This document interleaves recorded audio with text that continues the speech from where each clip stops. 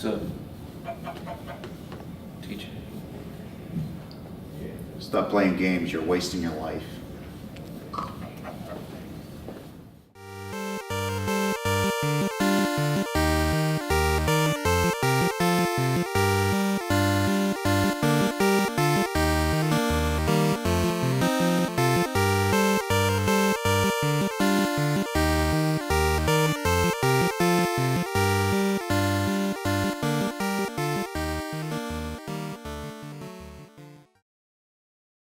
What's your definition of a game? A game is a structure based off of rules that give people a space to play, but within the rules. People have talked about, that school and the rules that you follow in school to get good grades are encourage you to think like a game player, right? Like you have to sort of strategize according to the rule system. Like, how do I get the most rewards? How do I rack up the most points, right? And how do I avoid losing points? The test that I was taking was a game, kind of. Like try to get points for it. I try to strategize to get as many points as possible. I'm competing against other people as well as my own previous scores. That's very game-like.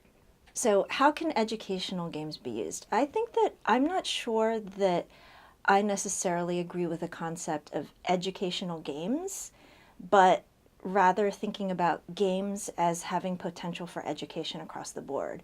Oftentimes when people make educational games, there's this idea that there's inherently unpleasant content that students aren't interested in, and that if you sugarcoat it with something like a game system, then it will suddenly make that content an easier bitter pill to swallow. And I feel like that's not really getting at the full potential for how games could educate people to be more empathetic to others, to learn how to collaborate, how to solve difficult problems, how to interact with strangers, or take risks in ways that they wouldn't be allowed to in regular life. So I think of it much more broadly than educational games that are supposed to teach you traditional subjects. I do use video games in my classrooms, so I teach classes on video games in which we study the history and the theory and the development of games, the industry of games, independent games, as well as mainstream games. So video games are central to what I teach in the classroom. However, even when I have classes that are not about video games, I will still integrate them into the classroom because I teach classes on media.